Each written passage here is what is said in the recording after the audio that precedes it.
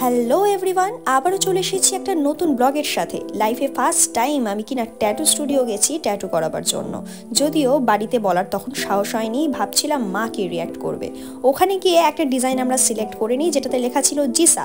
যেহেতু আমরা কাপল ট্যাটু করব ভেবেছি, তাই এইটাকেই আমরা সিলেক্ট করেছিলাম। যদিও শেষ পর্যন্ত কিন্তু আমাদের এই ট্যাটুটা করা হয়নি। কেন হয়নি সেটা জানার জন্য কিন্তু তোমাদের এই ভিডিওটা শেষ পর্যন্ত দেখতে হবে। তাই শেষ পর্যন্ত কিন্তু প্রত্যেকে থাকবে এবং বলবে আমাদের ট্যাটুটা ফাইনালি দেখতে কেমন লাগছে। ট্যাটু স্টুডিওতে এন্ট্রি নিতেই মুড কিন্তু সত্যি ফ্রেশ হয়ে গিয়েছিল, কারণ ভিতরটা ছিল দারুণভাবে সাজানো। এইটা হচ্ছে আমার ভাই সৌরভ, মনু রয়েছে এখানে। মন প্রথমে আমরা হাতের এই জায়গাটা সিলেক্ট করেছিলাম ট্যাটু করবার জন্য, আর সাথে সিলেক্ট করেছিলাম এই ডিজাইনটা।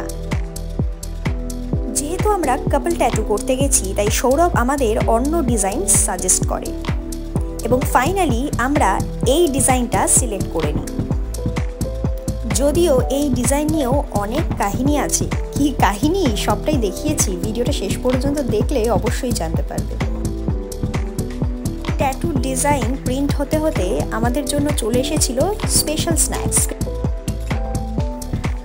কিছুটা সময় ওয়েট করার পরেই শুরু হয়ে যায় আমাদের হাতে মার্কিং করা।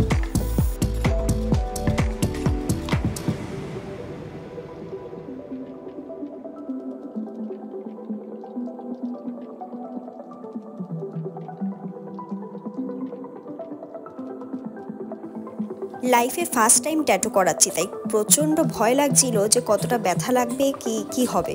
তবে সত্যি কথা বলতে একটুও কিন্তু ব্যথা লাগেনি। এইদিকে আমার ট্যাটু প্রায় অর্ধেক কমপ্লিট, আর ওইদিকে ওর নাকি তখনও ডিজাইন নিয়ে এদিক ওদিক হচ্ছে। কারণ হলো আমার হাতের অনুযায়ী ট্যাটুটা ছিল ঠিকঠাক মাপের, তবে ওর হাত অনুযায়ী ট্যাটুটা বেশি ছোট লাগছিল। ট্যাটু করবে? মেয়ে আমার হাতি যাচ্ছে না, নতুন মেয়ে আসছে। কবার চেঞ্জ হলো? 4 নম্বর মেয়ে আসছে। আমার হাতে কমপ্লিট, এদিকে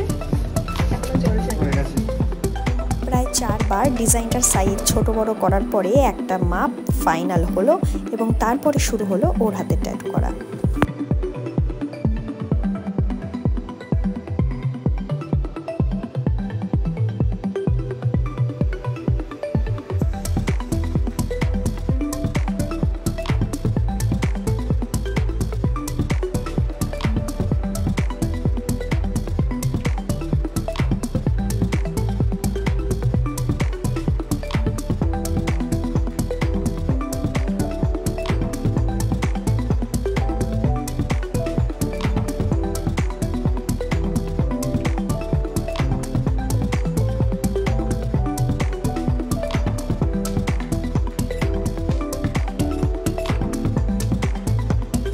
ফাইনালি আমাদের ট্যাটু কমপ্লিট।